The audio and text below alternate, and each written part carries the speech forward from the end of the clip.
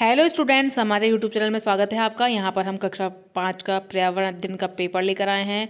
Environmental studies जिसको बोलते हैं, ईवीएस। तो यहाँ पर हम ईवीएस का पेपर आपके लिए लेकर आए हैं, जो आप देख लीजिएगा। एग्जाम की दृष्टि से बहुत ही इंपॉर्टेंट क्वेश्चन है इसमें। इनको आप ज़्यादा से ज़्यादा शेयर कीजिएगा और उनको अच्छे से रीड कर लीजिएगा। तो आगे बढ़ते हैं बिना देरी के। यहाँ पर जो पहला प्रश्न है, ये देखिए।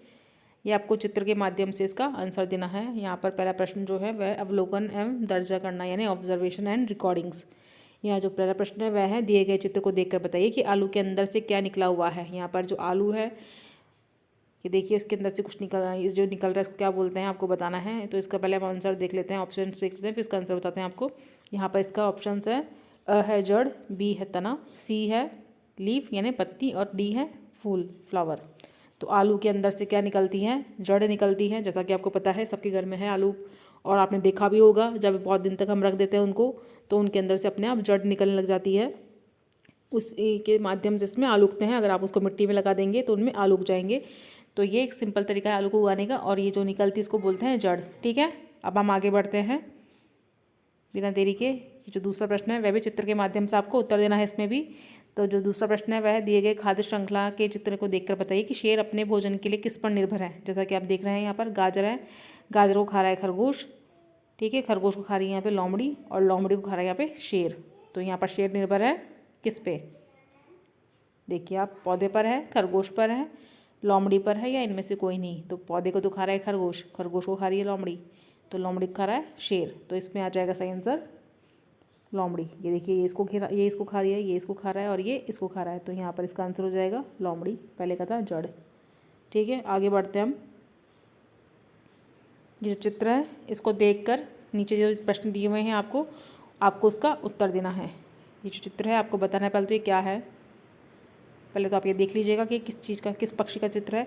तो पहला प्रश्न भी यही है आपको कि दिया गया चित्र किस पक्षी का है। जो दिया गया चित्र है वह है चिड़िया का।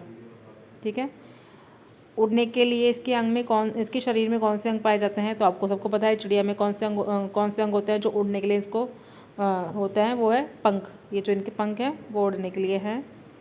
इसके बाद में आपने इस पक्षी को कहाँ कहाँ देखा है, इस पक्षी को आपने कहाँ देखा है। चिड़िया आप कहाँ देखते हैं? सब जगह दिखती है आपको, जंगल में, खेतों में, छत पर, घर पर। ठीक है, इसका आंसर हो जाएगा घर पे, गाँव में, छत पर, जंगल में, वन में। ठीक है, आगे बढ़ते हैं हम। राजस्थान के मानचित्र में निम्नलिखित स्थान जिलों को अंकित कीजिए। ये एक मानचित्र है राजस्थान का, आप देख लीजिएगा। इसमें आपको अंकित करना है, 3 चीज़ें अंकित करनी है आपको इस मानचित्र में। गुलाबी नगरी, यानी जयपुर को बोलते हैं गुलाबी नगरी। वस्त्र नगरी, वस्त्र नगरी किसको बोलते हैं पहले आप वो देख लीजिएगा, उसके बाद इसको आप इसमें अंकित कर लीजिएगा। फिर तीसरा है जोधपुर, जोधपुर भी आप देख ले, और फिर इसमें अंकित करना है आपको। मानचित्र आप देख लीजिएगा। आगे बढ़ते हैं हम। 5वां प्रश्न है, हमारे जीवन में योग का क्या महत्व है। योग का क्या महत्व है ये तो आप सबको पता है। योग का महत्व आपको बताना है इसमें। योग करने से हमारा शरीर स्वस्थ रहता है, हमारे शरीर की मांसपेशियाँ एक्टिव रहती है, और हम अपने आप को बहुत फिट यानी कि स्वस्थ महसूस करते हैं। आप योग के बारे में, और ये बीमारियों का नाश भी करता है। आपको पता हो तो बहुत सी बीमारियों का हम योग के द्वारा ही नाश कर सकते हैं। जैसे कि थायराइड हुआ, काफ़ी जोड़ों के दर्द है जिनका हम काफ़ी हद तक योग के माध्यम से राहत पा सकते हैं। तो योग का महत्व आपको बताना है यहाँ पर। इसके बाद में यह है, भोजन को चबाना क्यों आवश्यक है। भोजन को चबाना आवश्यक क्योंकि भोजन को जितना हम चबा खाएंगे उतना ही हमारा वो पाचन शक्ति उसकी अच्छी रहेगी हमारी, और अच्छे से हमारा भोजन पच जाएगा। इसके बाद में जो हमारा अगला प्रश्न है, जल का हमारे जीवन में क्या महत्व है। घरों में वर्षा जल को संग्रहित करने का चित्र बनाइए। जल का हमारे जीवन में क्या महत्व है ये तो आपको सबको पता है। जल के बिना जीवन नहीं है, जल ही जीवन है। जल हमारे जीवन में, हमें भोजन ना मिले तो भी हम रह सकते हैं, लेकिन बिना जल के हम नहीं रह सकते हैं। हमें पानी चाहिए ही चाहिए। जल है तो जीवन है, ये एक स्लोगन भी आपने सुना होगा। तो यहाँ पर आप इसके बारे में बता दीजिएगा, और इसका आपको चित्र बनाना है वो आप बना दीजिएगा। आगे जो प्रश्न है वह वर्गीकरण करना। निम्नलिखित यानी कि इसका क्लासिफिकेशन है कि आपको जो ऑप्शन है इनमें से एक चूज़ करना है। एमसीक्यू जिसे हम बोलते हैं। निम्न में से जड़ से बनने वाला पौधा, जड़ से बनने वाला पौधा आलू, आलू से तो जड़ बनती है तो आलू तो नहीं है वो। पत्थर चट्टा, ये भी नहीं है। दूसरा है गुलाब, गुलाब भी नहीं है। गुलाब की टहनी से भी जड़ बनाई जा सकती है, तो यहाँ पर जड़ से बनने वाला पौधा हो जाएगा पुदीना। इसके बाद में अचार को ख़राब होने से बचाने के लिए हमें क्या, इसमें हम क्या मिलाते हैं, अचार को ख़राब होने से बचाने के लिए इसमें हम क्या मिलाते हैं, क्या हम उसमें तेल और नमक मिलाते हैं या फिर मीठा सोडा मिलाते हैं, पानी मिलाते हैं, लाल मिर्च मिलाते हैं। देखो पानी मिलाएंगे तो वैसे भी ख़राब हो जाएगा, लाल मिर्च तो हर अचार में मिलती है, इसको हम ये नहीं कह सकते कि इसको डालने से ही हमारा अचार सही रहेगा। मीठा सोडा भी नहीं मिलाते हैं हम इसमें, हम मिलाते हैं तेल और नमक। ये हो जाएगा इसका सही आंसर। इसके बाद में जो हमारा अगला प्रश्न है, अपने आसपास पेट्रोल व डीजल से चलने वाले वाहन की अलग अलग सूची बनाइए। बहुत से वाहन होते हैं जो पेट्रोल से भी चलते हैं और बहुत से होते हैं जो डीजल से भी चलते हैं, तो आपको वह बताने हैं और उनकी सूची बनानी है। जैसा कि पेट्रोल से चलने वाले बाइक होती है हमारी, वो पेट्रोल से चलती है, मोटरसाइकिल, कार चलती है पेट्रोल से, ठीक है। अब यहाँ पर हम डीज़ल की बात करते हैं तो डीज़ल से बस चलती है, ठीक है। जो हमारे ट्रक होते हैं ये चलते हैं। इसके अलावा आप देख लीजिएगा और आगे बढ़ते हैं हम। निम्नलिखित वस्तुओं का उनके रंग के आधार पर छांटकर उचित समूह में मिलाइए। यहाँ पर ये कुछ वस्तुएं हैं जो आपको पहले तो बतानी कौन कौन से रंग की होती है। जैसा कि पहला है यहाँ पर आंवला। आंवला कौन से रंग का होता है, सबको पता है, हरा होता है। तो इसका आप पहले सारणी देख लीजिएगा। ये देखिए उत्तर में सफ़ेद रंग, पीला रंग और हरा रंग है, तो आपको वो सभी इसमें लिखना है। सफ़ेद रंग से कौन सी चीज़ बनती है, पीले रंग से कौन सी है और हरे रंग से कौन सी है। यहाँ पर हम बात करते हैं आंवला और नीम की पत्ती, ये होती है हरी दोनों, ठीक है। ये दोनों आ जाएगी हरे रंग के अंदर। मावे की बर्फ़ी सफ़ेद रंग की होती है, मावे की बर्फ़ी आपको पता हो तो ये सफ़ेद रंग में आ जाएगी। इसके अलावा जलेबी है और बूंदी के लड्डू हैं साथ में, ये दोनों पीले रंग के होते हैं, तो ये पीले में आ जाएंगे। कर्ड यानी दही, मिल्क सफ़ेद, कर्ड और दही मतलब दही और मिल्क जो होता है वो सफ़ेद रंग का होता है, तो ये दोनों भी सफ़ेद रंग के अंदर आ जाएंगे। ग्रेप्स कौन से कलर के होते हैं, अंगूर हरे रंग के होते हैं, हरे रंग में आ जाएंगे ये। लेमन होता है पीले रंग का, ये भी पीले रंग में आ जाएगा। बीटर गोर्ड यानी कि करेला जिसको बोलते हैं हम, करेला आ जाएगा। करेला कौन से रंग का होता है, हरे रंग का। सॉल्ट एंड शुगर सॉल्ट और शुगर, नमक और शक्कर, सफ़ेद रंग। ये सब आपको इस तरह से रंग के माध्यम से जो इनकी सारणी बनी हुई है, इनका ब्लॉक्स बने हुए हैं, उनमें आपको नाम लिखना है कि कौन सी वस्तु कौन सी कलर में आ रही है, ठीक है। व्याख्या करना है, विश्लेषण करना है, एक्सप्लेनेशन एंड एनालिसिस। राजस्थान के किन्हीं 3 किलों के नाम लिखिए। राजस्थान के किन्हीं 3 किले राजस्थान में बहुत से किले हैं, जैसा आपको पता हो तो, जैसे कि जयपुर में देखा जाए तो नाहरगढ़ किला, जयगढ़ किला, ठीक है। इस तरह से आपको ये लिखने हैं किलों के नाम इसमें। और रणथंबोर किला, बहुत सारे किले हैं। इस तरह से आप किसी भी किले का नाम इस पर लिख सकते हैं जो आपको पता हो। तो इसमें 3 किलो के नाम आपको लिखने हैं जो राजस्थान में स्थित है। आगे बढ़ते हैं हम। 13वां प्रश्न है, भूस्खलन से आप क्या समझते हैं, अपने शब्दों में उत्तर लिखिए इसका, ठीक है। ये आपको लिखना है। इसके बाद में अगला प्रश्न है, भवन निर्माण के लिए कौन कौन सी सामग्री आपके आसपास मिलती है और कौन कौन सी सामग्री दूसरी जगह से मंगवाई जाती है, ये आपको बतानी है। आसपास वाली सामग्री होगी। भवन निर्माण क्या क्या चाहिए होता है हमें, सीमेंट, बजरी, मिट्टी, पानी और मिट्टी आपके आसपास मिल जाएगा थोड़ा बहुत। और सीमेंट हम मंगवाते हैं, ईंट मंगवाते हैं हम, बजरी मंगवाते हैं, ठीक है। आगे बढ़ते हैं हम। नदी के पानी तथा गड्ढे के पानी में क्या अंतर है। नदी के पानी और गड्ढे के पानी में क्या अंतर है, सब आपको पता है। गड्ढे का पानी गंदा होता है, नदी का पानी साफ़ होता है, वो पीने में भी काम आ सकता है, बहुत सी चीज़ों में काम आता है। और गड्ढे का पानी, ठीक है। आप देख लीजिएगा इसका आंसर और अपनी बुक में से रीड कर लीजिएगा अच्छे से। बावड़ियों का पानी गंदा नहीं हो, इसके लिए हमें क्या करना चाहिए, इसके लिए हमें क्या उपाय करना चाहिए, वो हमें बताना है आपको। सॉरी, यहाँ पर ये जितने भी प्रश्न हैं आप उनके आंसर लिख लीजिएगा। 4 नंबर का प्रश्न बहुत ही इंपॉर्टेंट प्रश्न है, आपको कोई प्रश्न नहीं छोड़ना है, सारे प्रश्नों के आपको उत्तर देने हैं। जितना हो सके आप सारे टॉपिक्स क्लियर कर लें, उनको सबको अपने उनके सबके उत्तर आप पहले से तैयार कर लें तो आपके लिए अच्छा होगा। एग्ज़ाम की दृष्टि से हमें सभी प्रश्नों का उत्तर मिल जाए वो बहुत ज़रूरी है। अब नेक्स्ट प्रश्न है, 15वां किसान से खेती के बारे में जानकारी प्राप्त करनी हो तो आप उनसे क्या क्या पूछोगे? 3 प्रश्न बनाकर लिखिए। आप अपने हिसाब से प्रश्न बना सकते हैं। आप किसान से क्या पूछना चाहोगे?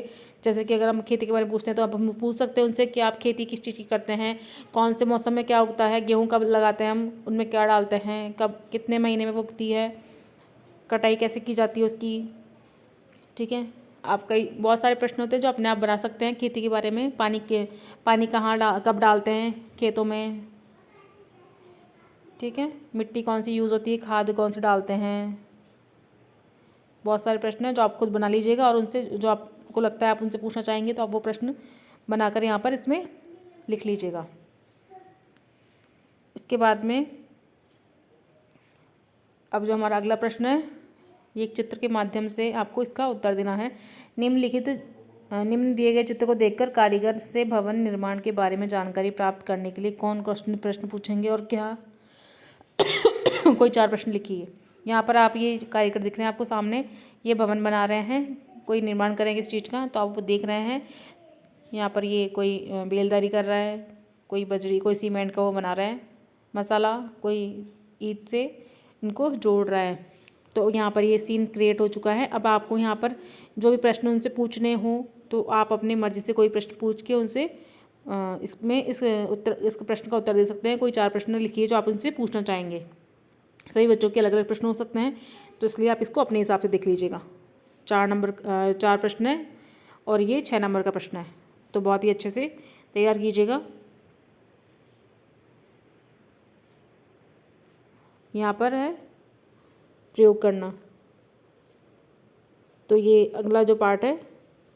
ठीक है, इसमें प्रश्न 17वां, बर्फीले पहाड़ पर फिसलने से बचाव के लिए पर्वतारोही किसका प्रयोग करते हैं? काला चश्मा, दस्ताने, नुकीले नुकीले कील वाले जूते या इनमें से कोई नहीं। ये जो प्रश्न है इन चारों में से किसी एक को आपको ऑप्शन सेलेक्ट करके इसका उत्तर देना है। इसके बाद में 18वां प्रश्न है, चौराहे पर लगी ट्रैफिक लाइट के 3 रंगों से हमें क्या संकेत मिलता है?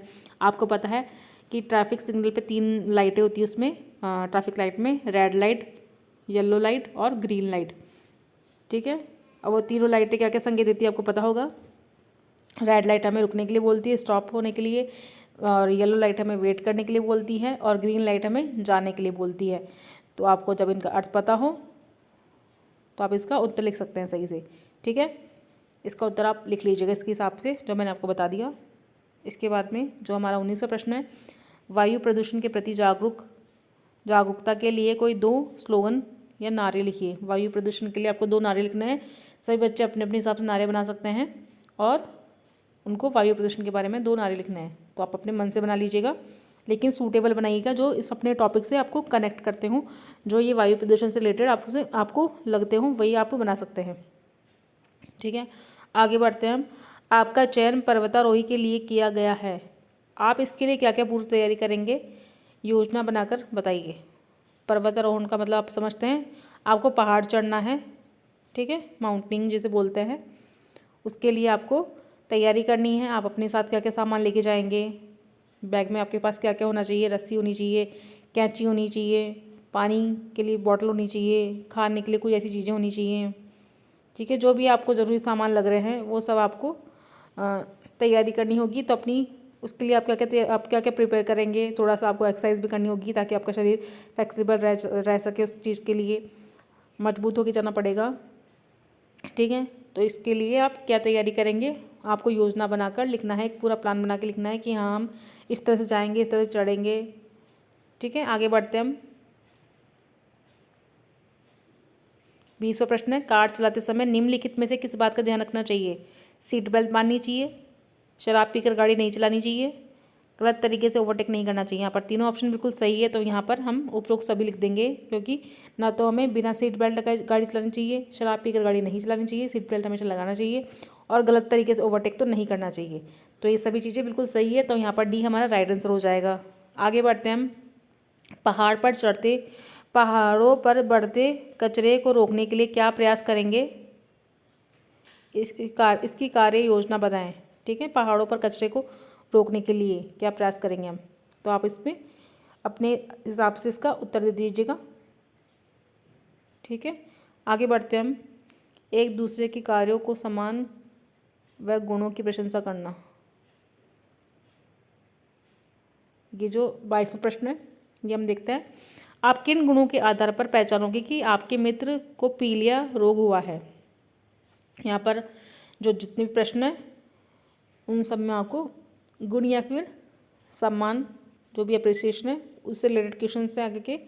तो जो 22वां प्रश्न है वो आपको बता रहा है कि पीलिया जो हुआ है आपके फ्रेंड को उसकी पहचान कैसे करोगे, यानी कि उसके गुण कैसे देखोगे आपकी, हाँ ये पीलिया की पहचान है। तो इसका जो पहला ऑप्शन है वो है मूत्र का पीला आना। ठीक है, येलो यूरिन आता है जिसे बोलते हैं। येलो कलर ऑफ आइज़ यानी कि आंखों का कलर पीला होना, नाखून का कलर पीला होना, या फिर उपयुक्त सभी। तो जैसा कि आपको पता है कि तीनों लक्षण ही बिल्कुल सही है। अगर किसी को पीलिया होता है तो उसकी आंखों का रंग भी पीला होता है, नाखून का भी पीला हो जाएगा और उसका मूत्र का भी पीला आना शुरू हो जाता है। तो यहाँ पर उपयुक्त सभी इसका सही आंसर हो जाएगा। 23वां प्रश्न है, फूंक से हम क्या कार्य कर सकते हैं।